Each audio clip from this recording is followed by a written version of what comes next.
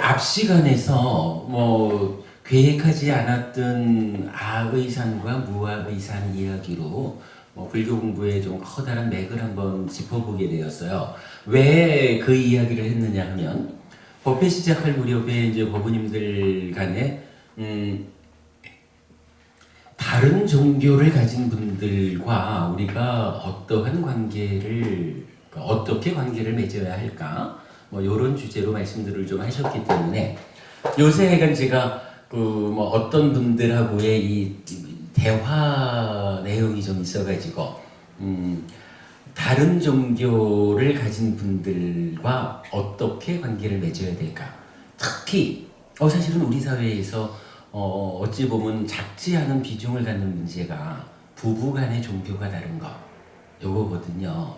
그래서 최소한 불교 신자는 다 종교가 그러니까 다른 종교를 가지는 아내, 다른 종교를 가지는 남편과 어떻게 함께해야 할까? 이 부분에 대해서 좀 말씀을 나눠보려고 해요. 자, 우리 이제 산다라는 거 또는 우리가 마음 특강에서 했지만 불교의 중심을 어떻게 보았어요? 업의 개념으로 보았죠. 우리 산다라는 거 사실은 몸과 말과 만으로 행위하는 거 이렇게 말했거든요.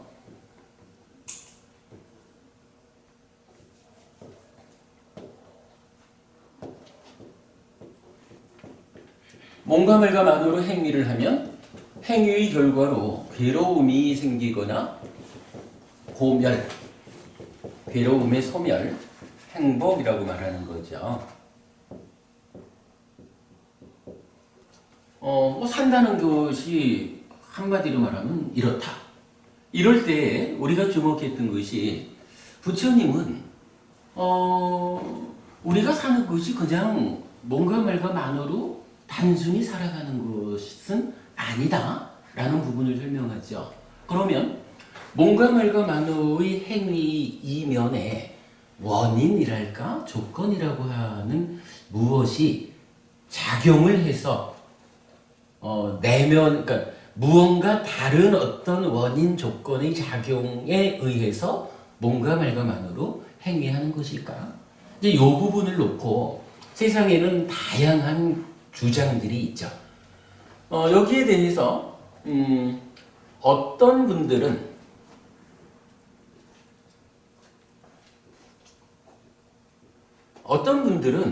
에이 우리가 살아가는데 거기 무슨 원인이랄까 조건이랄까 하는 게 있습니까? 그런 거 없습니다. 이렇게 주장하는 사람들이 있어요.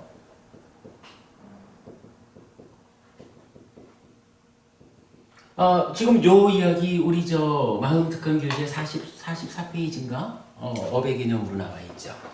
그런가 하면 어떤 사람들은 산다는 것은 무언가 원인, 조건이 있어 라고 있다라고 말하는 사람들이 있어요. 그런데 있다라고 하면 그 원인, 조건 무엇입니까?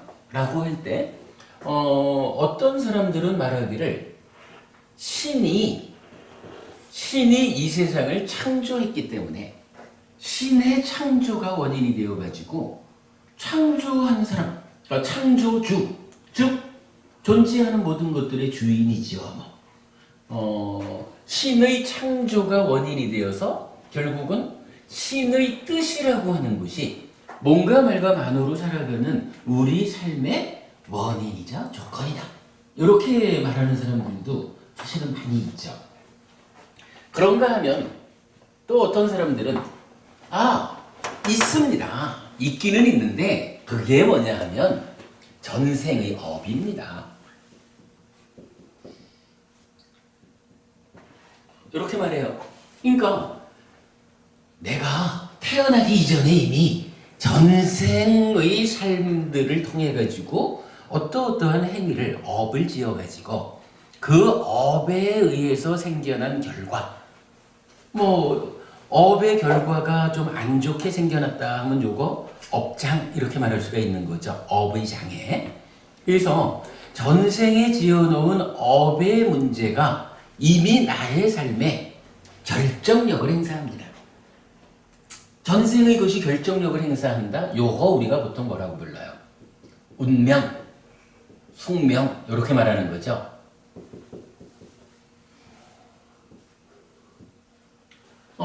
대략 보면 뭔가 말과만으로 행위한다라는 것에 대해서 이러한 삶의 원인 조건이 있습니까? 라고 할 때 이러한 전생의 업이 그거다. 신의 창조, 신의 뜻이 그거다. 라고 말하는 사람들. 아니면 그런 거 없습니다. 라고 말하는 사람들. 요렇게 세 가지로 대표적으로 알려져 있어요.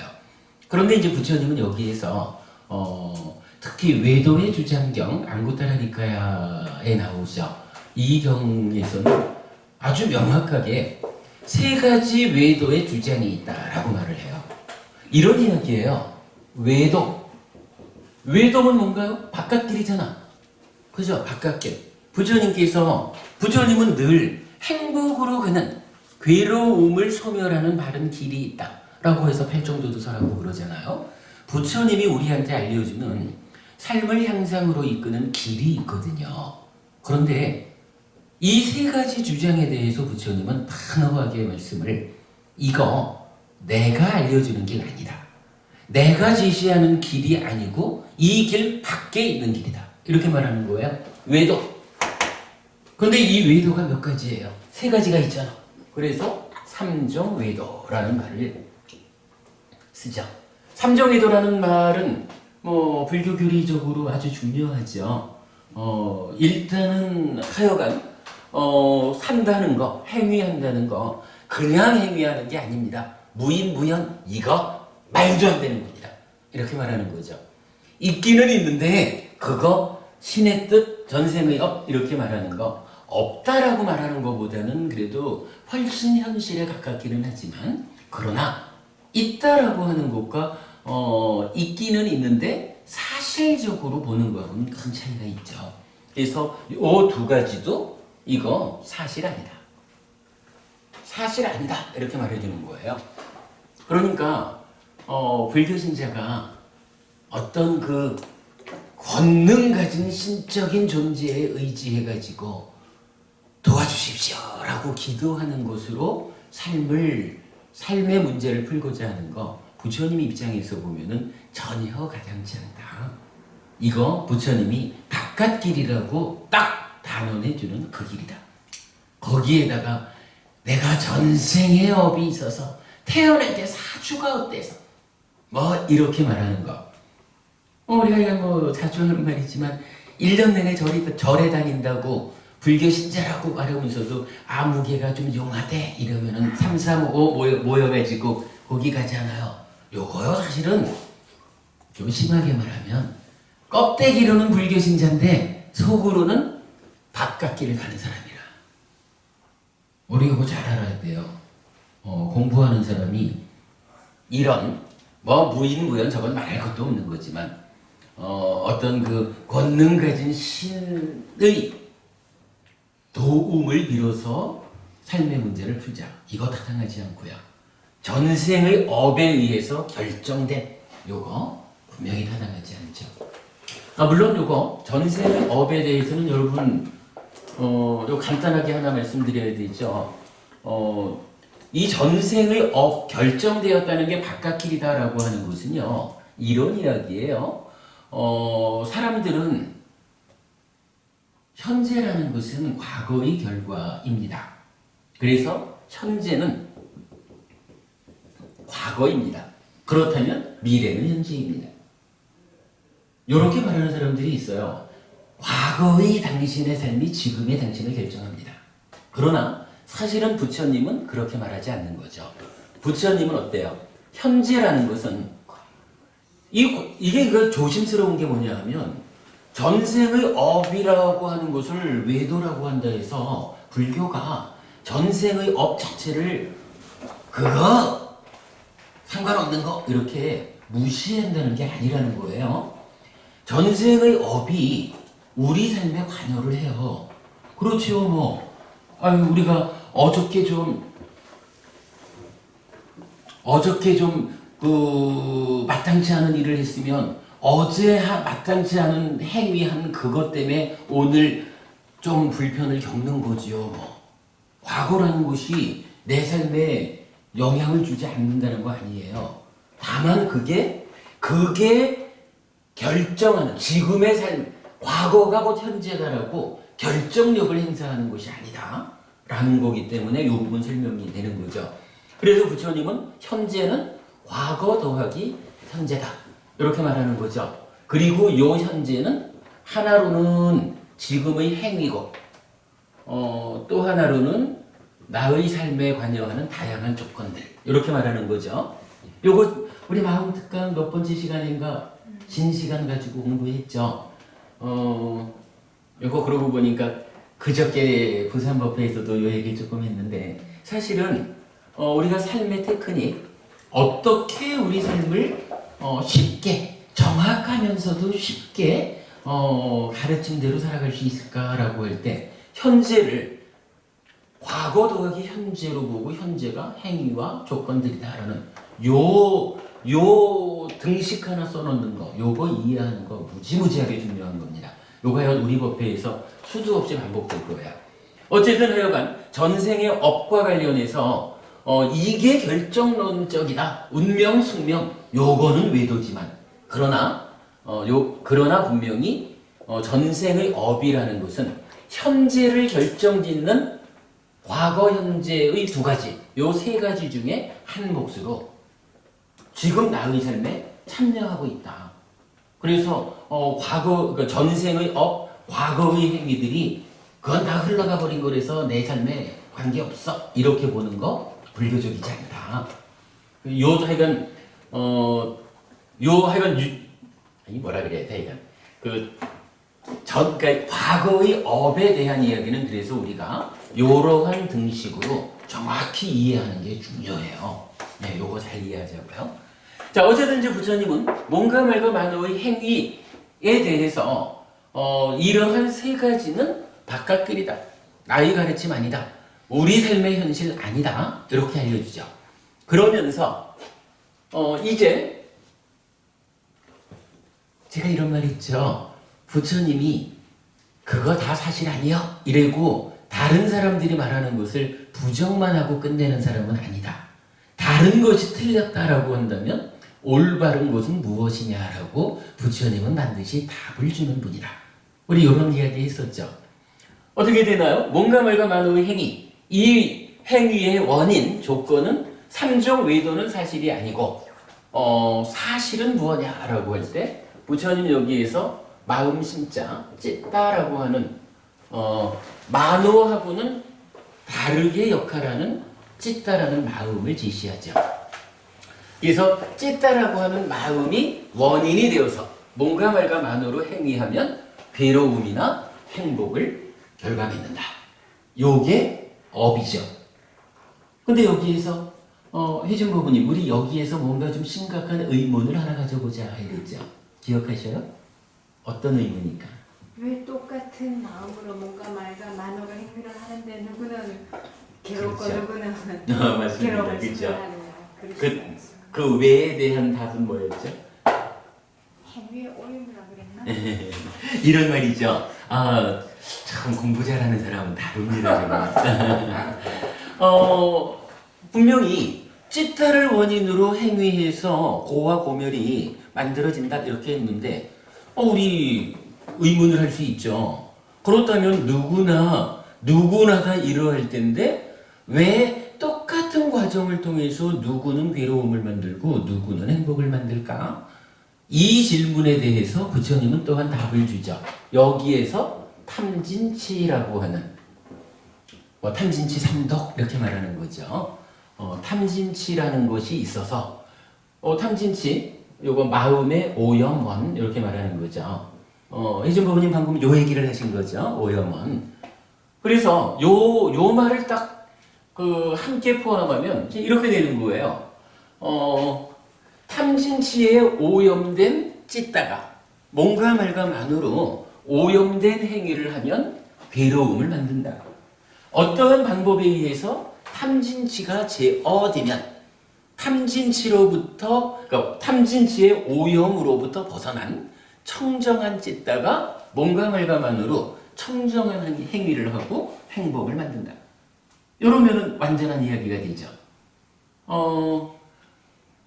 그래서 이러한 그림을 그려놓고 이제 그 44페이지에서 저는 그렇게 말을 했죠.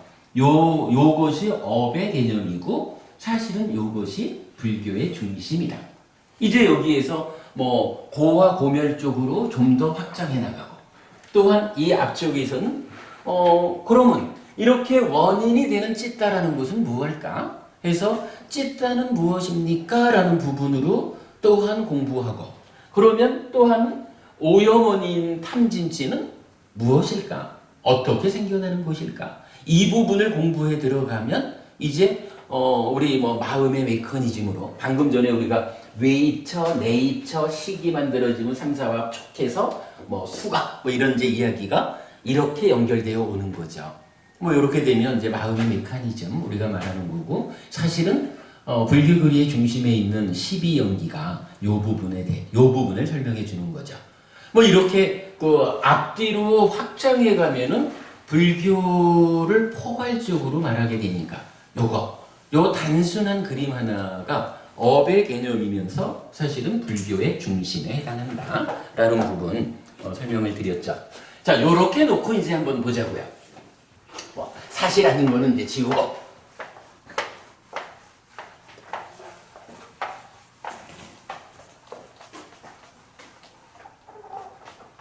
부처님이 알려주는 우리 삶의 이야기, 업에 대한 이야기를 놓고 이제 나는 불교신자예요. 나는 불교신자다라는 이야기는 구체적으로 어떤 이야기가 되냐 하면 우리가 산다는 것은 탐진치에 오염된 찢다가 원인이 돼서 뭔가 말과만으로 오염된 행위를 하다 보니까 아직까지 중생인 내가 괴로움을 만들면서 사는 것이야. 요렇게 아는 거죠. 불교신자 이렇게 말하면. 그런데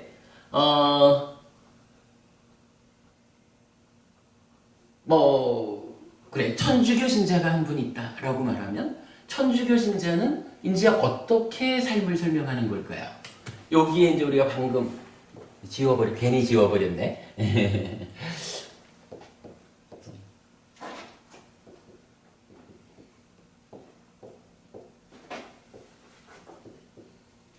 이렇게 말할 때 천주교 신자 같으면은 이렇게 말씀하실 거예요. 신의 창조. 그래서 신의 뜻에 의해서 그죠? 신의 뜻을 원인으로 뭔가 말과만으로 행위를 해서 때로 괴로울 때도 신의 뜻이 원인으로 작용한 상태에서 내가 이렇게 행위하다 보니까 괴로움이 생겼습니다. 그런데 신의 뜻을 원인으로 내가 이렇게 행위를 하다 보니까 때로는 이렇게 행복하기도 합니다. 이렇게 표현의 그 어떤 방법은 차이가 있을 수 있지만 그 내용을 정리해 보면 아마 이런 말이 될 거예요. 그러면은요, 제가 말이 조심스러웠지만 하여간 천주교 신자하고 불교 신자하고가 부부로 사는 경우를 우리가 한번 설정하고 이야기를 하자면, 자, 이 부부 간의 공통점은 무엇이죠? 그러니까 불교 신자와 천주교 신자가 부부가 되어 살 때 이 두 부부의 공통점은 무엇일까? 그죠? 요거 공통점이잖아요. 차이점은 무엇일까요?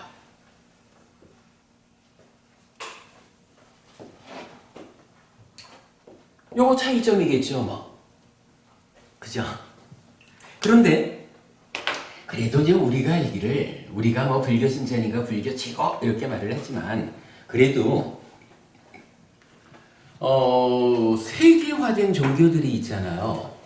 우리가 통계적으로 따져보면 기독교, 천주교 합쳐가지고 세계에서 가장 신도수가 많은 종교죠. 두 번째 종교가 이슬람인 줄 알거든요. 세 번째 어딜까요? 신도수로 세 번째 아닐 것 같죠? 아니에요. 아니에요. 세 번째, 그러니까 그 신도 숫자로 세 번째 그 규모가 큰 종교가 힌두교예요. 힌두교가 인도와 동남아를 중심으로 하여간 불교보다 신도수가 많습니다. 그리고 불교가 신도수로 네 번째거든요. 뭐 다른 종교들 뭐 우리가 잘 모르지만 그냥 이 네 가지 종교만 놓고 본다 해도 이렇게 세계화된 종교는요, 아마도 이런 원인의 영역에서의 차이는 각각 좀 다를 거예요. 그러나 만약에 천주교 신자가 되어서 성당을 갔는데 성당에서 그래, 성당에서 그 미사를 하면서 오늘부터 나가서 다른 생명을 해주시오. 오늘부터 나가서 죽지 않는 것도 훔쳐오시오. 이렇게 가르치지 않잖아요. 제가 알기로는 성당에 가든 교회를 가든 이슬람 사원을 가든 힌두교 사원을 가든 어떠한 곳에서든 이미 세계화되어서 많은 사람들의 삶의 기준을 제시하는 종교는 최소한 뭔가 말과 만호의 행위, 이 행위의 영역에서는 우리가 공통적이다라고 말할 수 있는, 물론 뭐 세세한 테크닉적인 거야 조금씩 차이가 있겠지만 기본적으로는 부부 생활을 하면서 당신하고 나하고 종교가 달라가지고 못 살겠어 라고 파탄 날 정도의 차이점은 사실은 없을 거예요. 아마도 성당에 가도 남편한테 잘해, 아내한테 잘해, 두 사람이 서로 사랑하면서 행복한 가정을 꾸려야 돼 이럴 거고요. 절에 가도 남편한테 잘해, 아내한테 잘해, 두 사람이 서로 사랑해서 행복한 가정을 꾸려야 돼 이렇게 말할 거거든요. 제가 볼 때는 뭔가 말과 만호라는 이 표면에 드러나는 삶의 형태는 같다라고 봐도 좋을 것 같아요. 요거 표현하자면 우리가 좀 지난 시간에 본 거지만 이 이야기 뭔가요? 관계의 영역이잖아. 그죠? 내 혼자 내 삶의 존재성에 대한 탐구 이 영역이 아니라 나라고 하는 존재와 내 아내가 됐든 내 남편이 됐든 너라고 하는 이 부부라고 하는 관계를, 그죠? 관계를 설명하는 영역이니까 이거 우리가 좀 전에 본 바로는 아의 산을 오르는 이러한 영역이 될 거예요. 그렇게 봐야 되겠죠. 그런데 부부간의 차이가 난다라고 하는 이 나머지 부분은 뭘까요? 아마도 어제 우리가 뭐 불교 신자니까 우리 입장에서 보면 아마도 신의 창조, 신의 뜻을 원인으로 하는 이 부분은 존재의 실상에 대해서 바로 보지 못하다 보니까 아직도 아의 산을 높이 올라가는 그 영역에 속한다. 이렇게 말해도 좋을 것 같아요. 그런데 이제 찢다를 탐진치로부터 해탈시키자 이렇게 말한다면 여기는 무아의 산 이렇게 말을 해도 되겠죠. 그러면 이제 종교가 다른 부부의 삶에서는 어떤 점을 주목해야 할 건가? 부부가요, 웬만해서는 죽은 다음에 다음 세상에도 또 부부로 만나서 살아가는 일은 좀 어려워요. 부부라고 하는 요 삶은요, 나하고 너하고 결혼했다. 그래서 뭐 아기도 낳고 어쨌든 가족이 되어가지고 살아간다라고 하는 요 100년 안 되는 요 짧은 시간 동안 나와 너라는 존재의 문제가 아니라 나와 너의 관계를 중심으로 형성되어 있는 그러한 삶이잖아요. 그러한 삶은 그냥 그 관계라고 하는 이 관계에 주목해가지고 부부 관계를 만들어 갈 수만 있으면 경우에 따라서 나의 남편이 나의 아내가 종교가 달라서 나는 열심히 수행을 해가지고 무아의 삶을 실현하려고 하는데 내 남편은, 내 아내는 열심히 기도해가지고 죽은 다음에 하나님 곁에 태어나기를 바라는 그런 수행을 해, 그런 기도를 해. 뭐 요런 차이는요 사실은 부부라고 하는 이 관계의 이면에 있는 거라서 어떻게 보느냐에 따라서 부부 간의 종교가 다르다는 것은 하나도 문제를 일으키지 않을 수가 있어요. 왜? 우선은 이 부부 간의 부부라는 이 삶의 현장을 너와 나의 관계, 당신이 하나님 곁에 태어나고자 노력하는 그것은 당신의 존재의 문제고, 내가 열심히 수행해가지고 해탈 열반으로 나아가려고 하는 것은 나의 존재의 문제고, 우리가 두 사람 각각의 존재의 영역에는 관여하지 말자. 독립적으로 당신은 당신의 존재의 향상을 위해서 노력해라. 그러나 우리가 함께 해야 하는, 부부라고 하는 이런 관계로서 함께 해야 할 때는 당신네 종교에서도 뭔가 말과 만으로 행복한 부부가 되기 위해서 어찌하라고 가르쳐 주는 것이 있을 거고, 부처님 가르침에도 행복한 부부가 되기 위해서는 어떻게 살라라고 가르쳐 주는 것이 있을 것이다. 그러한 관계를 향상으로 이끄는 뭔가 말과 만어의 행위의 영역에서 우리가 공통점을 찾아보자. 그래서 그 공통점 가운데 관계의 삶을 유지하자. 그리고 그래, 어쨌든 당신이 당신 스스로의 존재를 설명하는 영역에서 나하고 다른 것은 우리 인정하자. 우리가 그래도 부부가 되고 엄마 아빠가 되어가지고 살아가는 이 몇십 년의 삶, 이 기간 동안에는 존재적인 차이에 대해 너무 얽매여가지고 부부라고 하는 이 관계의 삶을 해치지 않도록 해보자. 뭐 이렇게 우리가 합의할 수 있을 거예요. 요런 합의만 부부간에 이루어질 수 있으면 사실은 종교가 다르다라는 것이 부부간에 아무런 괴로움을 만들지 않을 수가 있는 거거든요. 그 부분에 우리가 좀 공감할 수 있다, 동의할 수 있다 그러면 요걸 놓고 이제 부처님은, 자 우리가 아는 거죠. 부처님은 이런 탐진치에 오염된 찌따, 이때 탐진치를 뿌리 뽑아가지고 나라고 하는 존재를 무아의 산을 올라서 해탈하자. 이렇게 말하는 데는 어떤 가르침을 주셔요? 우리가 앞 시간에 보았지만 사념처, 사마타, 윗바사나, 그죠?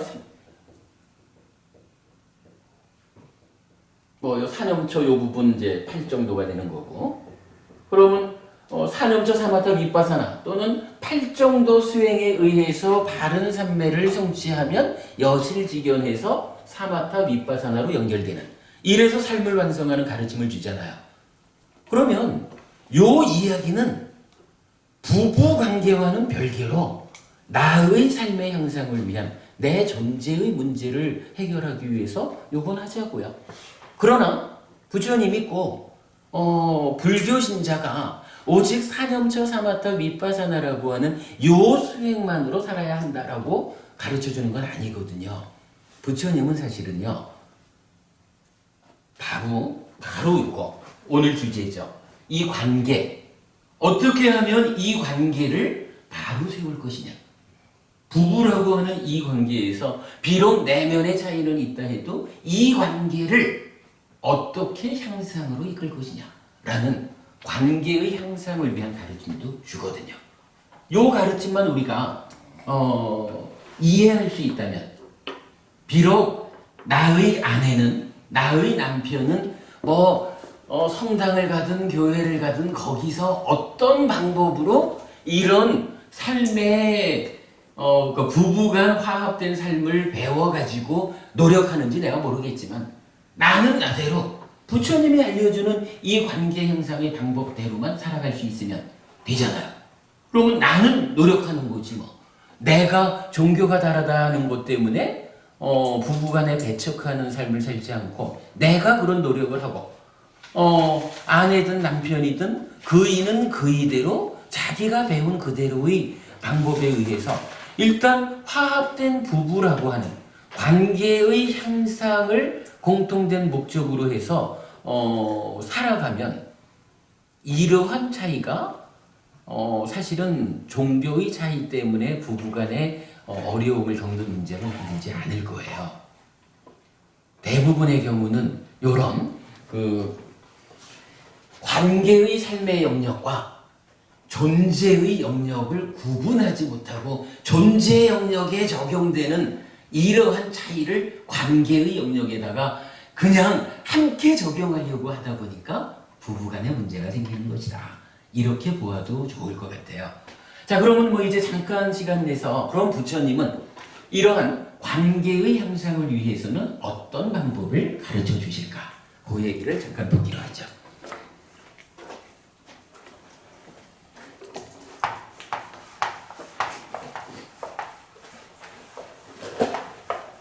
자, 부처님은 이 관계의 향상을 위해서 어떤 가르침을 가르쳐 주실까요? 혹시 요 관계의 향상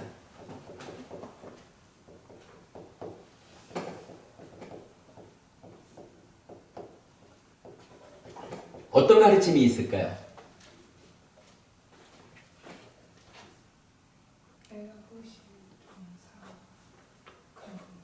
뭐 포함해요. 그것도 포함하는데 그것만은 아니고. 자, 우리가 여기서 한 가지를 배우죠. 사실은 불교 교리 중에 경전에서도 수도 없이 강조해 나오는 가르침이 하나 뭐냐 하면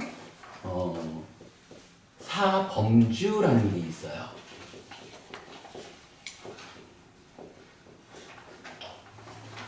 이 범자가 이제 성스럽다 이런 의미예요. 네 가지 성스러운 머뭇이래요. 성스러운 머뭇 무슨 이야기냐 하면 내 마음을 요 자리에 갖다 놓아라. 성스럽다고 표현되는 요 자리에 내 마음을 머물게 해라. 이렇게 말하는 거예요. 그런데 여기 사범주 이러면 여러분이 좀 낯설지 몰라도 요 사범주와 같은 말이 하나 있어요. 같은 말이 뭐냐 하면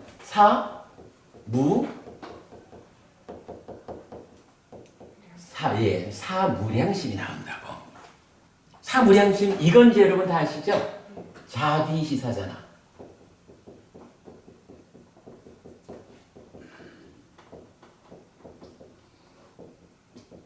자비시사 사무량심 또는 자비시사 사범주 이렇게 말하거든요. 요거요 대략적으로 설명을 해보면 이렇게 말할 수가 있어요.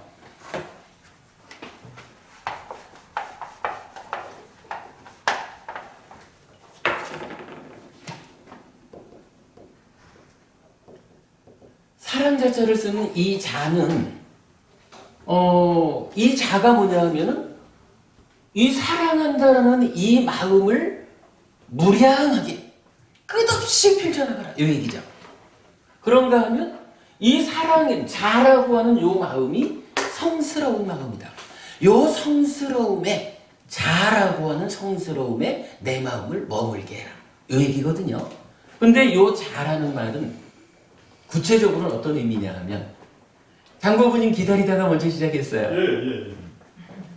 자라는 요 마음은요 다른 생명을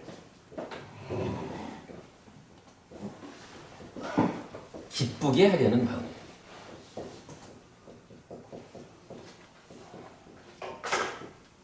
뭐 여기서 이제 기쁘게라고 말했지만 요거 뭐 하여간 뭐 행복하게 이런 의미죠. 그러니까 나와 함께하는 어떠한 생명이든지 간에 나로 인해서 당신이 기뻐지기를, 나로 인해서 당신이 행복하기를 바라는 마음을 자라고 불러요. 그런가 하면 이제 비라고 하는 말은 뭐냐 하면 요거는 자하고는 좀 반대되는 거예요. 다른 생명의 고통, 아픔을 덜어주려는 마음이라.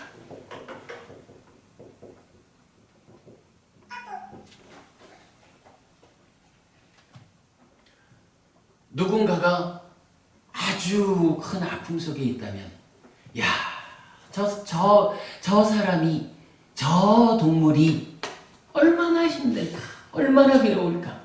내가 저 생명을, 저 사람을 좀 거들어가지고 그의 아픔을 좀 덜어줄 수는 없을까. 그래서 요 자라는 말을 보통 많이 쓰는 말이 측은지심 이렇게 말하죠.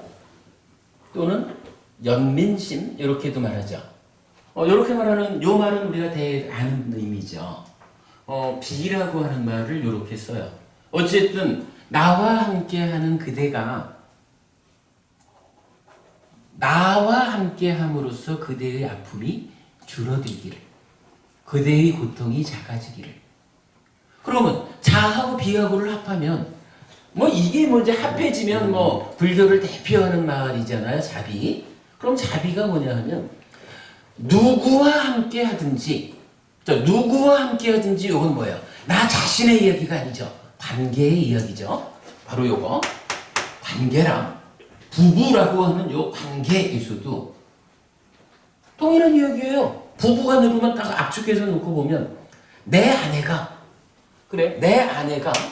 나로 인해서 행복해질 수 있다면, 아니 내 아내와 함께 살면서 늘 내 마음속에 그래도 우리 마누라가 나와 함께 내 마누라가 되어 살아가는 이걸로 인해서 기뻐해야지. 내 마누라가 정말로 행복하기를. 이런 마음을 가지고 아내를 보는 사람, 또는 내 남편이 정말로 나 때문에 기뻐하기를, 그래서 내가 장가 잘했지, 이런 마음으로 늘 살 수 있기를 바라고 내가 남편과 함께하면 그게 뭐예요? 바로 남편에 대한 자애의 마음이죠. 어쨌든 나 때문에 당신이 기뻐하기를, 행복하기를, 요거 바라는 마음이거든. 그런가 하면 비라는 것은 살다 보면 누구나 다 아픔이 있죠. 그럴 때 아이고 맨날 당신 그 모양으로 사니까 그런 고생이 오는 거지, 요렇게 말할 것이냐, 아니면 어쨌든 그래도 내 사랑하는 당신이 이런 아픔을 겪다니 참으로 내 마음도 아프다. 당신의 아픔이 줄어들기를 바란다. 내가 당신의 아픔을 좀 나누고자 한다. 이렇게 내 아내, 내 남편이 힘들어하는 그때 그 아픔을 나누어 가지려 하고 덜어주려 하고, 그래서 그의 아픔이 줄어들기를 바라는 이러한 마음이 바로 비거든요. 부처님 사실은 부부라는 요 관계에 비록 종교는 좀 다르더라도 그래도 어쨌든 우리가 둘이 만나가지고 행복하려고 부부가 됐지, 아예 왼수같이 살려고 부부 되는 사람이 있나요? 사는 과정에 문제가 있으니까 왼수 같은 부부가 생겨나는 거지. 관계라는 것은 기본적으로 그런 거잖아요. 그래서 부처님 말은 자와 비라고 하는 두 가지 마음을 지시해요. 그런데 말이죠, 요거요, 우리 속담에 사춘이 땅을 사면 배가 아프다 그러죠. 사춘이죠, 사둔이 아니고. 사춘이 땅을 사면 배가 아픈 사람이 있어. 요거 말만 바꾸면 마누라한테 좋은 일이 생기면 내 배가 아픈 사람이 있어. 만약 남편이 그렇다면, 아니 이게요, 마누라한테 행복이 생겨나기를 바랄 수가 없는 거예요. 왜냐하면 지한테 좋은 일이 있으면 내 배가 아픈 걸 그렇잖아요.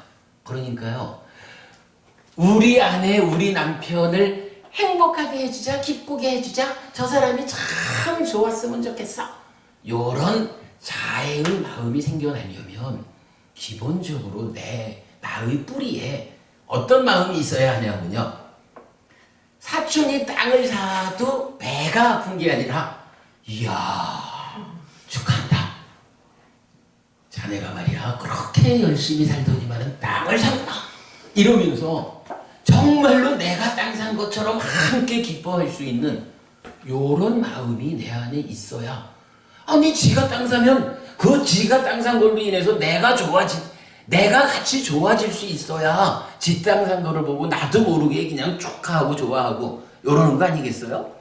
아무리 내가 마음으로는 축하해주고 싶은데 속에서는 배가 아파요. 이 배 아픈 거 깔고서 얼마나 내가 진정 어리게 축하를 해주겠냐고요.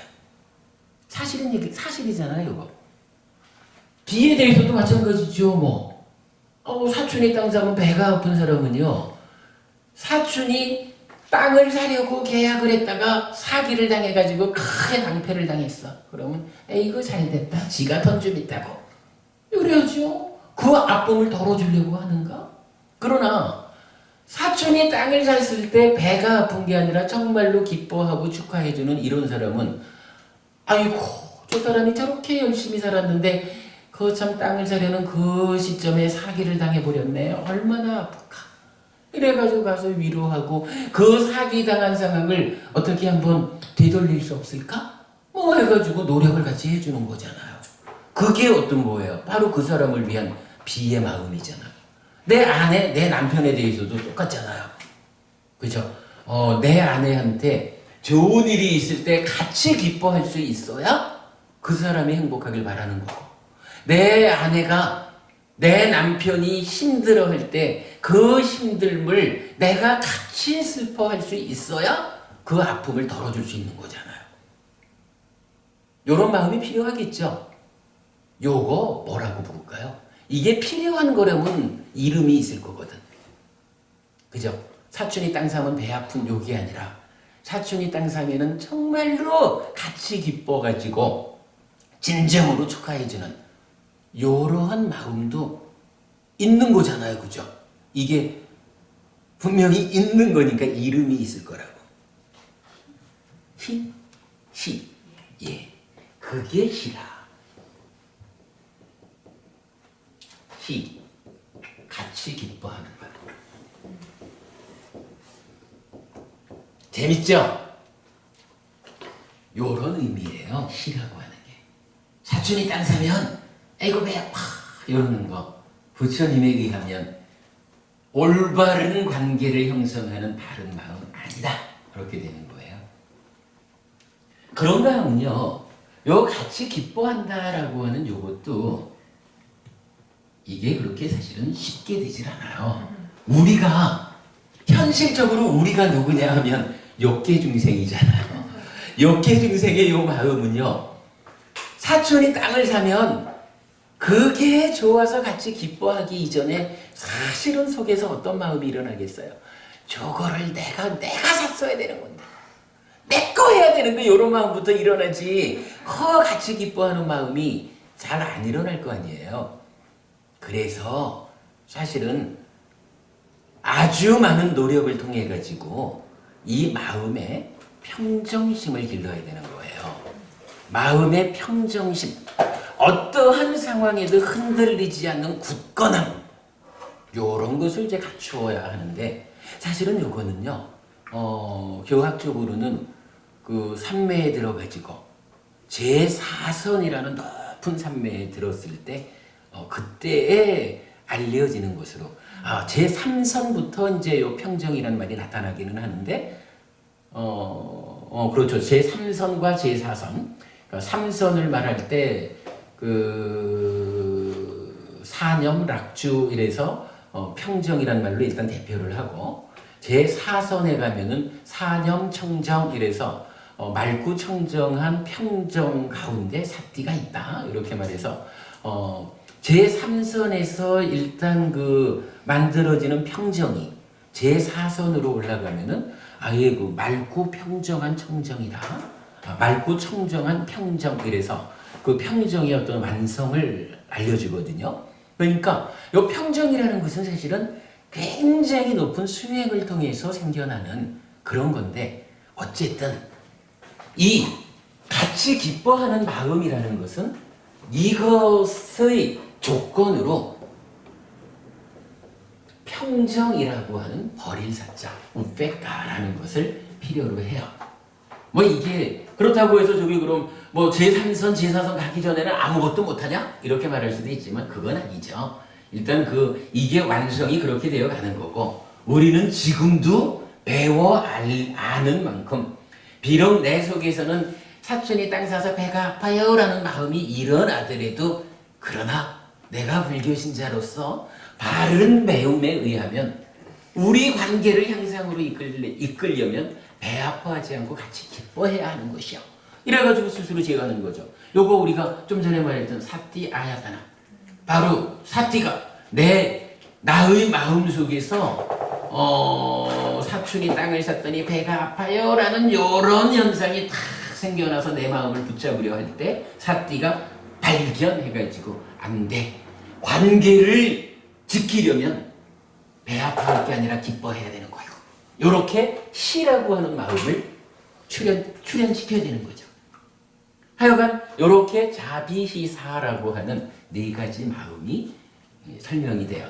사실 요 평정이라는 요 말은 업과 관련해서는 또 이렇게도 설명을 해요. 아까 제가 이제 누가 콕 찌르면 이 얘기를 했지만, 업에 대해서 바르게 이해를 하면요, 이렇게 되는 거예요.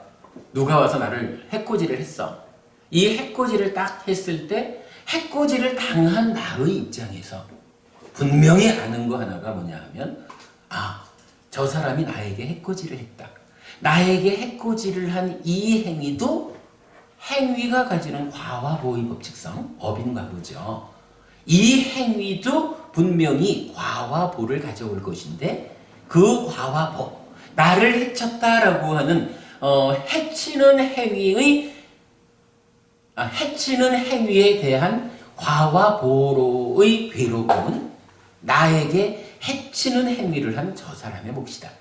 그러나 여기서 해침받은 내가 돌아서가지고 뺨을 한 차례 때렸다라고 하면, 어쨌거나 왜 뺨을 때렸느냐라고 법적으로 따지고 들어가면 어떨는지 몰라도 업의 측면에서 보면 상황이 어쨌든지 간에, 아까 우리가 아라한 어떻게 말했나요? 금강석이 어떤 돌이나 보석이나를 다 밀쳐내고 가듯이 100% 흔들리지 않는 거잖아요. 그러니까 마찬가지, 누가 나를 해치는 행위를 했다 해도 내가 이때 이런 업에 대한 바른 이해를 한다면, 해치는 행위에 대한 결과는 당신 몫이고, 나는 여기서 이 행위를 원인으로 화를 내가지고 뺨을 때리는, 화를 내고 뺨을 때리는 이 행위도 또한 해치는 행위니까 이 행위에 대한 과화보는 나의 몫이다. 이렇게 그러니까 업에 대한 다른 이해를 하면 살아가는 가운데 여러 가지 경우로 정말로 다양한 상황을 맞닥뜨려질 때 내 마음이 내면에서부터 평정을 잃지 않는다. 흔들림이 없게 된다. 이렇게 말해요. 근데 이제 이게 사실은 굉장히 어려운 이야기예요. 사자후에 대한 큰 경, 맞지마니까야 12번 경이죠. 그 경에서는 심지어 부처님이 부처를 이루기 전에요, 고행하셨잖아요. 그 고행의 한 장면이 나타나는데 무지무지하게 고행을 했으니까 고행 끝에 이제 힘이 들어서 쓰러져 누우셨겠죠. 풀밭에 탁 누워있는데 그 소몰로 다니던 아이들이 와가지고, 와 저기 누가 있네? 이래 와가지고 피곤해 누워있는 고행자, 부처를 이루기 전에 곧다마 고행자, 여기 애들이 모여가지고 오줌도 넣고 그 몸에다가, 직접적으로 이런 표현이 나타나요. 풀을 가지고 귓구멍을 쑤신다는 거야. 이게요, 이보부님, 귓구멍을 누가 풀로 해가지고 쑤신다 그러면 이거 참기 힘들 거예요. 그런데도 그 경전은 그 순간을 이렇게 말해주는 거야. 그 목동 들여와가지고 풀로 귀를 쑤시는데도 나는 평정을 잃지 않았다. 이 평정이라는 거를 부처님은 그 정도까지로 말을 해주는 거예요. 어떠한 상황이 나에게 닥쳐와도 나는 나의 내면에 평정이라고 하는 성스러운 마음을 놓지 않는다. 평정이라는 이 마음을 무량하게 펼쳐낸다. 이렇게 그 사라고 하는 마음이 설명이 돼요. 그러니까 뭐 사는 좀 어려워요. 사실은 뭐 어려운 이야기니까 우리 그냥 이렇게 대충 이해하기로 하고 이렇게 놓고 보면 어때요? 자비희사라고 하는 사무량심, 사범주가 무언지 충분히 설명이 됐죠.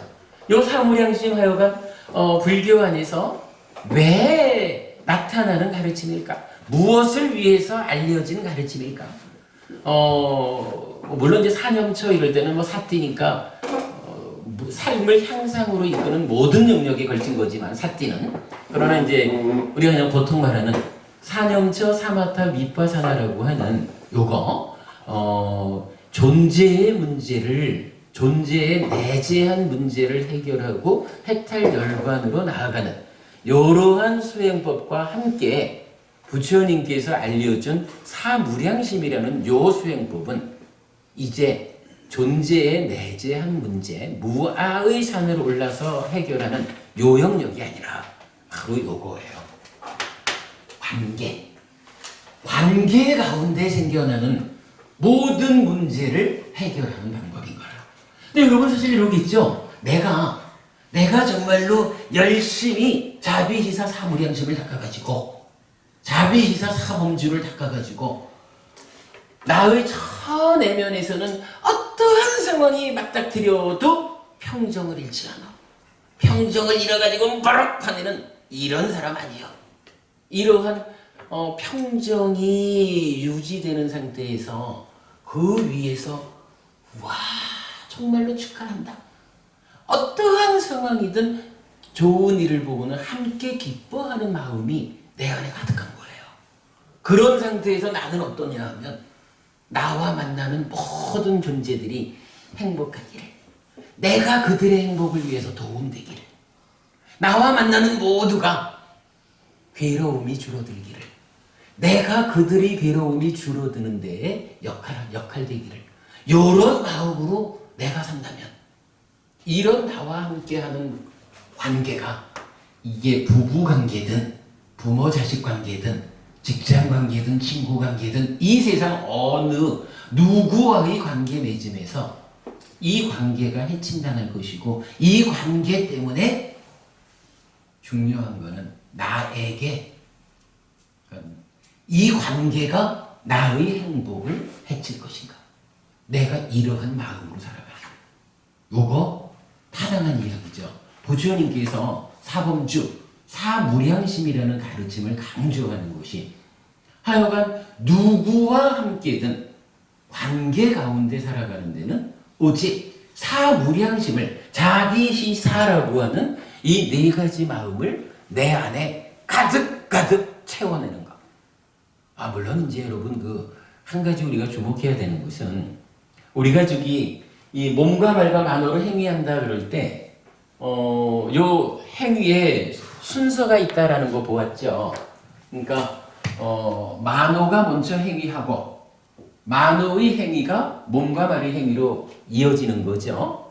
그래서 우리가 이런 법구경 1번 개성이 말해주고 있다. 1번, 2번 개성이. 그래서 하여간 만호의 행위가 먼저, 그러니까 생각, 사유 과정이 먼저 거쳐져야 몸과 말의 행위로 드러난다. 요 얘기 알고 있죠. 그럴 때에 몸과 말의 행위와 만호의 행위는 어떤 차이가 있나요? 몸과 말의 행위는 그렇죠. 겉으로 드러난다라는 말은 표현하자면요. 엎질러진 물을 뒤덮을 수 없잖아요. 이미 내가 몸으로 어떤 행위를 하든 말로 행위를 하든 이거는 남에게 전달이 되어버렸어요. 나 그거 안 한 거로 할래 라고 해도 되돌려지지 않는 거거든요. 이미 드러나 버린 거예요. 그런데 만호의 행위라는 것은 이거는요.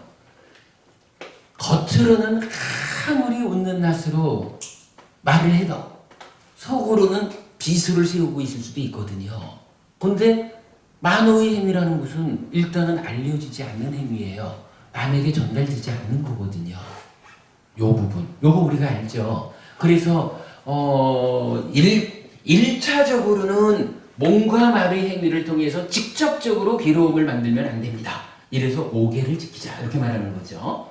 그런가 하면 만호의 행위가 내가 아무리 사랑을 많이 하면 뭐해? 우리 아내를 정말 정말 사랑을 하고 있는데 사람들이 보통 그렇게 말 많이 하잖아요. 내가 당신을 이렇게 사랑하는데 정말 이렇게도 내 마음을 몰라주니? 이런 말 많이 하잖아요. 근데 이거는요 사실은 할 말이 아니에요. 아무리 내가 당신을 사랑해봐야 내가 마음속으로 사랑하는 만호의 행위라는 것은 행위의 특성 자체가 전달이 안 되는 거예요. 아무리 내가 우리 아내를 사랑하고 우리 남편을 사랑해도 요거요 적당하게 몸과 말의 행위를 통해서 사랑해 여보 하고 손도 잡아주고 입도 맞춰주고 이래 해주지 않으면 이게 현실적으로 우리 사회에 이런 경우가 많을 거예요. 나는 정말 우리 남편을 사랑하는데 우리 남편은 느끼기를 우리 아내는 정말로 나를 사랑하지 않는구나. 그렇다면 나는 밖에 나가서 나를 사랑하는 여자를 만들어야겠구나. 이럴 수도 있는 거죠. 우리 아내를 내가 정말로 사랑하는데 아내의 입장에서는 우리 남편은 나를 사랑하지 않는구나. 나는 밖에 나가서 사랑하는 남자를 만들어야겠구나. 이럴 수도 있는 거예요. 이거는 사실은 부부관계에서 직접적으로 파탄을 일으키는 문제잖아요. 그렇다면 중요한 건 뭔가요? 만호의 행위 자체로 드러나지 않는 요거를 적절하게 상대방한테 알려주는 거, 전달해주는 요 테크닉도 중요하잖아요. 그죠? 그래서 그게 뭐 그런 얘기 여우 같은 마누라하고는 살아도 공 같은 마누라하고는 못 산다고 뭐 이런 얘기도 있는 게 이게 좋은 측면 나쁜 측면 있겠지만 사실은 의미가 있죠. 내가 사랑하면 나는 당신을 사랑합니다라는 것을 몸과 말을 통해서 드러내줘야 되는 거 그거 분명한 거거든요. 자, 그런 행위의 특성을 우리가 이제 이해하는 상태에서 이제 열심히 우리가 수행을 해가지고 하여간 노력을 해가지고 자비희사라고 하는 4가지 마음을 무량하게 하고 이 성스러움에 머무는 하여간 내 마음을 자비희사로 가득 채워가는 수행을 하고 있어요. 그래서 참으로 우리 남편, 참으로 우리 아내 사랑해요. 그 사랑하는 마음을 가득 채웠어요. 그러면 이제 해야 할 일이 하나 남아있는 거죠. 내가 당신을 사랑하는 내 안에 가득 찬 이 마음을 이제 전달해야 되죠. 특히 부부간에요. 요거 내 사랑을 당신한테 전달하지 않는 것 때문에 생겨나는 문제 많아요. 그죠? 부처님 가르침을 공부하는 사람의 입장에서는 정말로 주목해야 돼요. 내가 사랑하는 이 마음을 사랑하는 그대로 당신이 알 수 있도록 전달하는 거.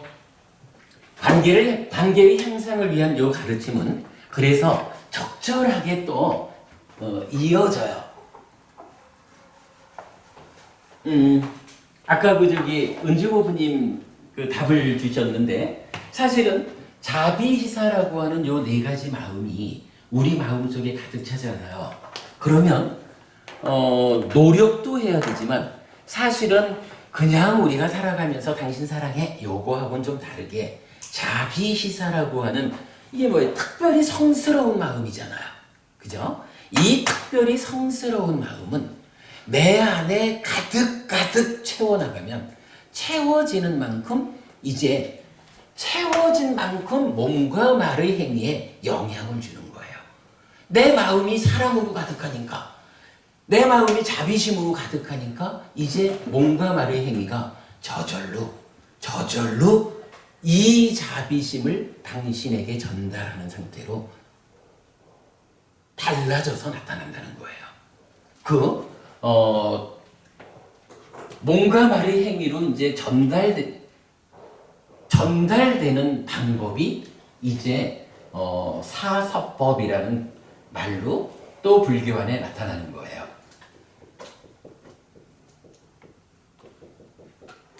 사서법이라 그래서 네 가지예요. 첫째로 보시. 이게요. 내가 당신을 행복하게 해주겠다라고 생각하는 이 마음이 내 안에 가득할수록 무엇든 나한테 좋은 게 있으면 이거 당신 가져. 이거 참 좋은 건데 나보다도 당신한테 있으면 더 쓸모가 있겠어. 하고 자꾸 남을 위해서 베풀게 되는 거죠. 왜? 내 마음이 이렇게 성스러운 마음으로 가득 찼는데 저절로 이런 표현이 되는 거죠. 보시라고 하는 몸과 말의 행위가 드러나는 거예요. 일단 뭐 몸의 행위 측면으로 볼까요? 그리고 나면 이 보시의 행위가 다시 이어지기를 애어라고 말해요. 그러니까 내 마음속에 자비시사가 이렇게 채워져 가는 만큼 어떤 것이든지 그대를 위해서 베풀려는 행위가 나오고 그 행위 가운데에 말은 왜 저기 이제 가끔씩 보면 사람들 무언가 좋은 일을 하면서 말은 퉁명스럽게 하는 사람들도 많죠. 그거 사실 사는 테크닉을 모르는 거야. 무언가 내가 베푼다, 그대를 위해서 어떠한 역할을 하겠다라고 할 때는요. 말 자체가 아주 사랑스럽게 좋은 말, 듣기에 좋고 진실한 요런 말이 나오는 거예요. 그걸 뭐라고 해? 애어라고 하는 거죠. 그러면 이렇게 베풀고자 하고 사랑스러운 말을 하는 것은 다시 어떻게 이어지냐 하면 이행이란 말을 쓰죠. 베푸는 가운데 이렇게 이쁘고 사랑스러운 이런 말을 한다라고 할 때는 또한 이어서 나와 함께하는 그대에게 내가 어떠한 행위를 하든지 그것은 너에게 도움되는 행위를 내가 하게 되지 너에게 회방되는 행위를 하게는 되지 않는다. 이런 의미죠. 그래서 보시는 애어로 그리고 이행으로 연결이 되고 그리고 마지막으로 네 번째에 가서 동사라는 말을 해요. 함께 하는 거예요. 뭐 제가 이거 한번 그 비유를 들어봤는데 이게 적절할지 잘 모르겠어요.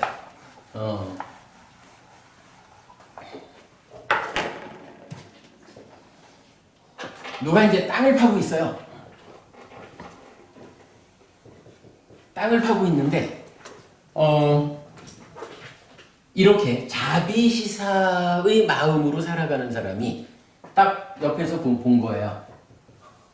그러니까 아이고 이 사람이 이렇게 혼자서 힘들게 땅을 파고 있구나 라는 상황을 보면 자비시사로 즉 그 사람을 행복하게 해주자 그 사람의 그 힘든 상태를 좀 덜어주자 그 사람이 참 편안하면 내가 같이 기뻐할 수 있고 요런 마음을 가지고 있는 사람은 이제 땅 파는 사람한테 어떠한 행위를 할까? 이렇게 볼 수 있겠죠. 첫째로는 뭐 빵이라도 한 개 들고 가가지고 아이고 그 하루 종일 저 삽질하려면 힘들겠습니다. 빵이라도 하나 드시고 가십시오. 라고 빵이라도 하나 이렇게 베풀어 줄 거예요. 그럴만하겠죠. 그리고는 빵을 하나 건네면서 빵이라도 하나 먹고 가시오. 이렇게 퉁명스럽게 하진 않을 거예요. 아주 그냥 정말로 아니 그래 어찌 이렇게 땅을 파고 계시오? 그렇군요. 아유 그 참 좋은 일을 하고 계시군요. 훌륭해요. 뭐 이래 하면서 빵을 보시하는 상태에서 이 사람을 기분 좋게 해주는 일을 하면서도 그냥 신바람이 날 수 있게 그 사랑스러운 말을 해주게 되겠죠. 그리고 나면 그 다음에 어떻게 되나요? 그런데도 땅 팔 일이 많아. 그러면 에이구 안 되겠. 그래 이제 이렇게 사랑스러운 이게 좋은 이야기를 했어요. 그러고도 이래 보니까 이 사람이 그냥 삽질을 하려니까 얼마나 땀은 많이 나겠어요. 그러면 이거 이제 와봐요. 내가 저기 땅이라도 좀 땀이라도 좀 닦아줄게 해가지고 수건 가지고 땀이라도 닦아주고 요즘 같은 때 얼음물에다가 빨아가지고 시원한 수건 가지고 이렇게 대주고 뭐 이러면 이 땅 파는 사람한테 얼마나 도움되겠어요. 그죠? 그러한 일 자체가 뭔가요? 이행이라. 이 땅 파는 사람한테 실질적으로 도움되는 행위를 해주는 거야. 빵도 하나 베풀어 주기도 하고 아주 수고한다고 사랑스러운 도움되는 말도 해주고 실질적으로 도움이 되는 행위로 시원하니까 얼음물에다가 수건 빨아가지고 땀도 닦아주고 그런데도 일이 좀 길어지면 어떻게 해야 돼요? 그 다음에는 아이고 얘 혼자 할 일이 아니네 잠깐만 있어봐요 해가지고 쫓아가서 삽 하나 더 들고 와가지고 삽질 같이 하는 거지 뭐. 요 삽질 같이 하는 게 뭐예요? 동사잖아. 비유를 해보면 우리가 살아가면서 요 얘기 그대로 적용될 수 있는 거예요. 근데 요런 보시에요 이행 동사라고 하는 요런 일을 아무나 할 수 있느냐 하면 아무나 못한다는 거예요. 이 사람이 평소에 공부를 잘해가지고 그 마음속에 자비시사라고 하는 이 성스러운 마음, 이 사무량심을 내 마음에 가득가득 채워가는 사람이 어떠한 상황에서 누구를 만나도 이러한 보시에요 이행 동사로서 실질적으로 그 사람에게 도움이 되는 그러한 삶을 하는 거죠. 그러면 이 사람들의 관계가 어떻게 되겠어요?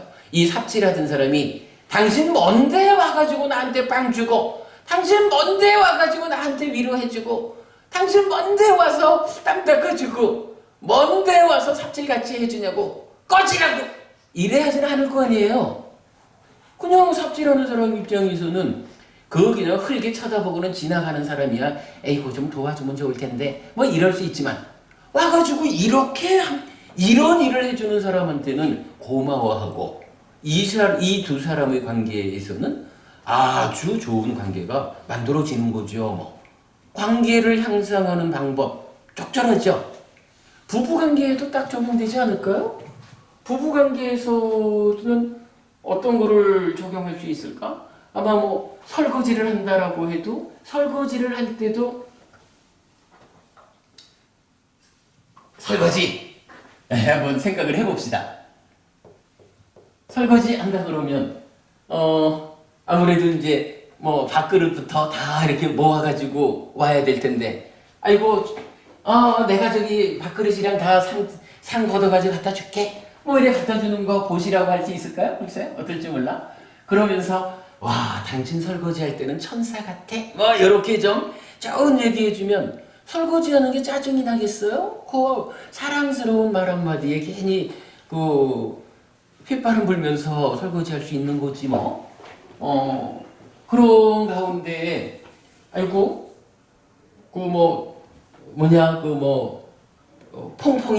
퐁퐁이 떨어졌나? 내가 갖다 줄게. 뭐 해가지고 설거지 하는데 필요한 것도 갖다 주면 이행 이래 되겠지 뭐. 그러다가 에이 당신 좀 가서 쉬어라. 마무리는 내가 할게. 해가지고 설거지 직접 거들어 주죠 뭐. 그런 것도 동사 뭐 이래 되겠죠 뭐. 부부간에 남편이 설거지하는 것을 아내가 거들어 주든 아내가 설거지하는 것을 남편이 거들어 주든 뭐 어떤 형태로든 부부간에 하나의 상황을 놓고 이러한 관계로 한 사람이 보시에요 이행 동사의 삶을 살아주면 그 부부관계가 전적으로 나쁜 관계가 만들어질까요? 좁은 관계가 만들어지겠지. 이렇게 놓고 보면은 자비희사 사무량심을 내 안에 가득가득 채우면서 그것을 보시에어 이행 동사라고 하는 사서법이라고 하는 행동 지침을 가지고 실천하면 야 부부관계라는 것이 비록 나는 절에 다니느라고 뭔가 말가만 이 행위의 원인은 찢다입니다. 이 찢다가 무엇일까?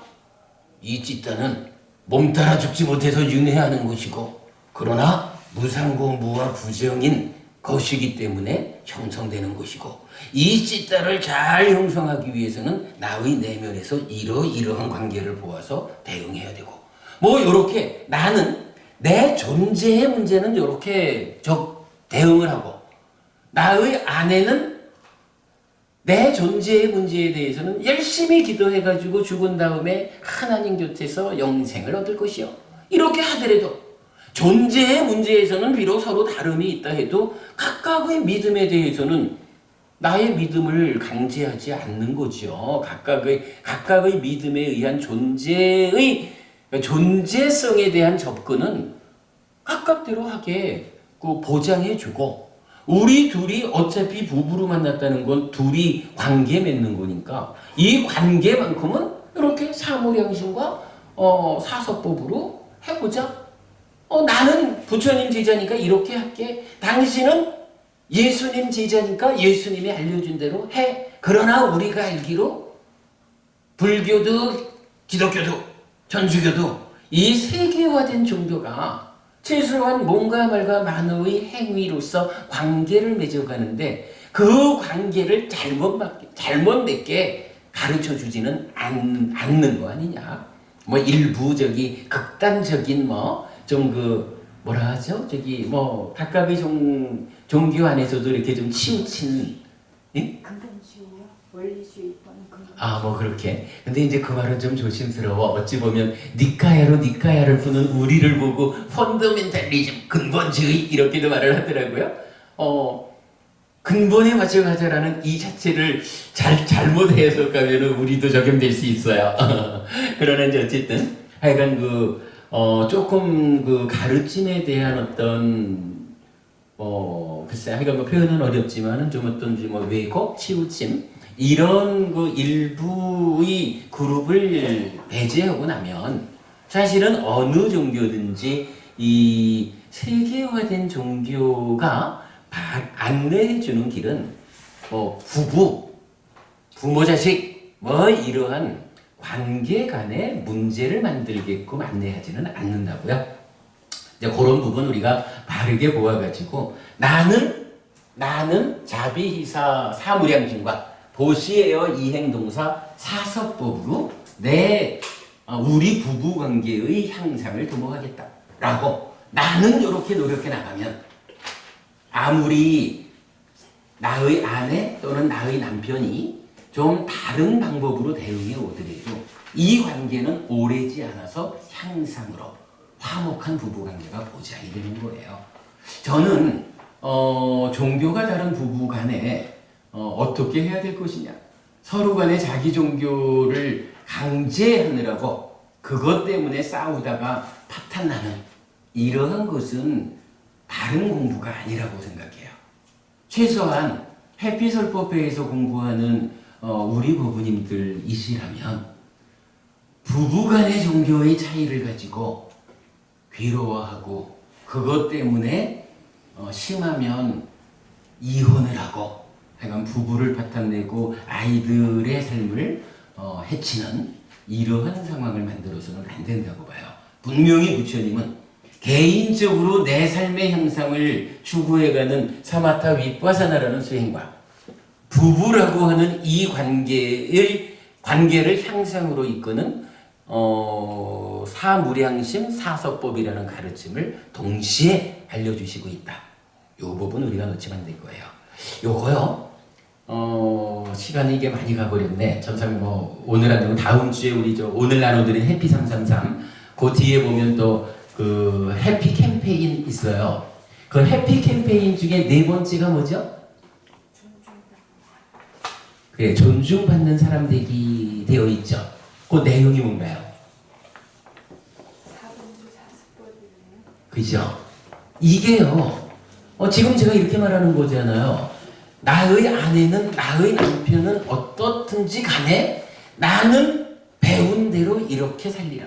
이러면 이것은 머지않아서 나의 아내, 나의 남편 또는 하여간 이 삶의 모든 영역에서의 상대방들에 의해서 내가 어떻게 대우받게 되냐 하면 바로 내가 존중받는 사람이 된다는 거예요. 여러분 안 그럴까요? 내가 이렇게 자비해서 사무량심으로 나를 채우고 누구를 만나든지 이런 사서법의 삶을 실천하는데 이러한 나를 두고 아우 난 저 사람 꼴 보기 싫어. 참 못된 사람. 이렇게 말할 수 있는 사람이 있을까요? 머지않은 시간 후에는 나와 함께하는 모든 사람들이 나를 존중해 주는 거예요. 존중받는 사람이 되는 방법이에요. 요거 그래서 우리 법회에서요. 이 재밌는 표현으로 요거 나타내요. 사무량심 사범주, 사범과 사서법, 존중받는 사람이 되는 요거 쉽게 말하면요. 요런 얘기예요.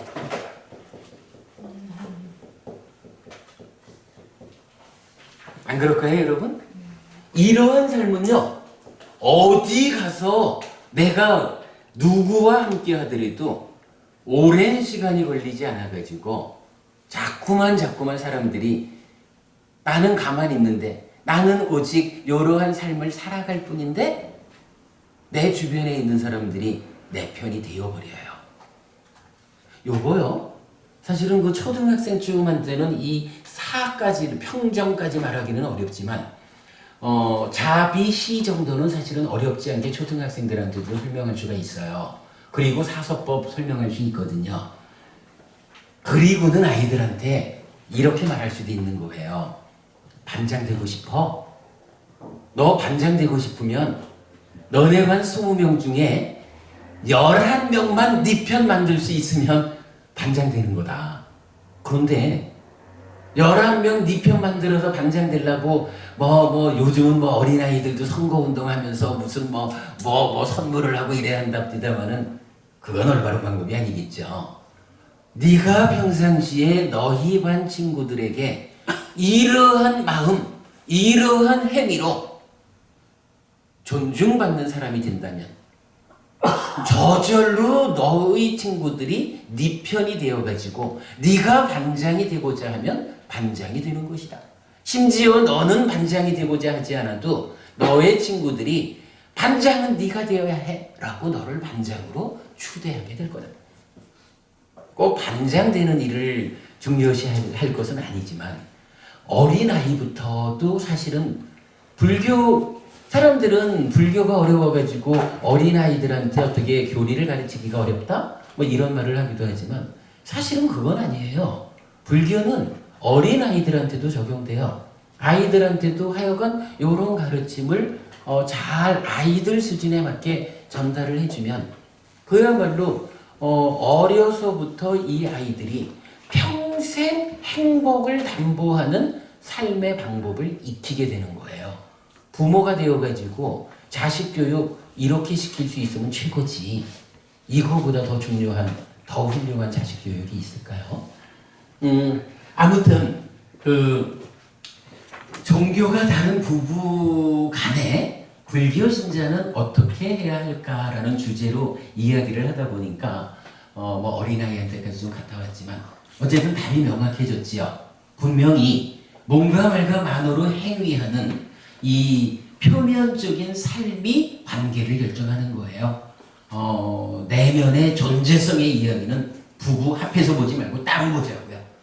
뭔가 말과 만어의 이 관계의 영역에서의 행위를 이제 사무량심 사서법이라고 하는 부처님이 안내하는 이 가르침에 의해서 내가 살아내고자 노력하면 아무리 종교가 다른 부부라 해도 화목하고 행복하고 자식 키우는데 어려움 없고 이러한 부부의 삶을 살 수 있어요. 요거 존중받는 사람 되기고요. 내 편 만들기. 실제로 관계 가운데 행복해지는 가장 확실한 방법입니다. 자, 원래 오늘 내가 여러분 좀 공부 안내를 해드린다라고 한 게 조금 지났는데 일단 5시가 다 됐네요. 오늘은 요거 근데 사실은 또 이게 이제 앞으로 우리가 새 출발 법회를 통해서 해야 되는 그 중요한 공부 중에 하나이기 때문에 이제 미리 말씀을 하게 됐어요. 살다 보면은 참 많은 경우에 부부간 종교가 달라서 불화를 겪는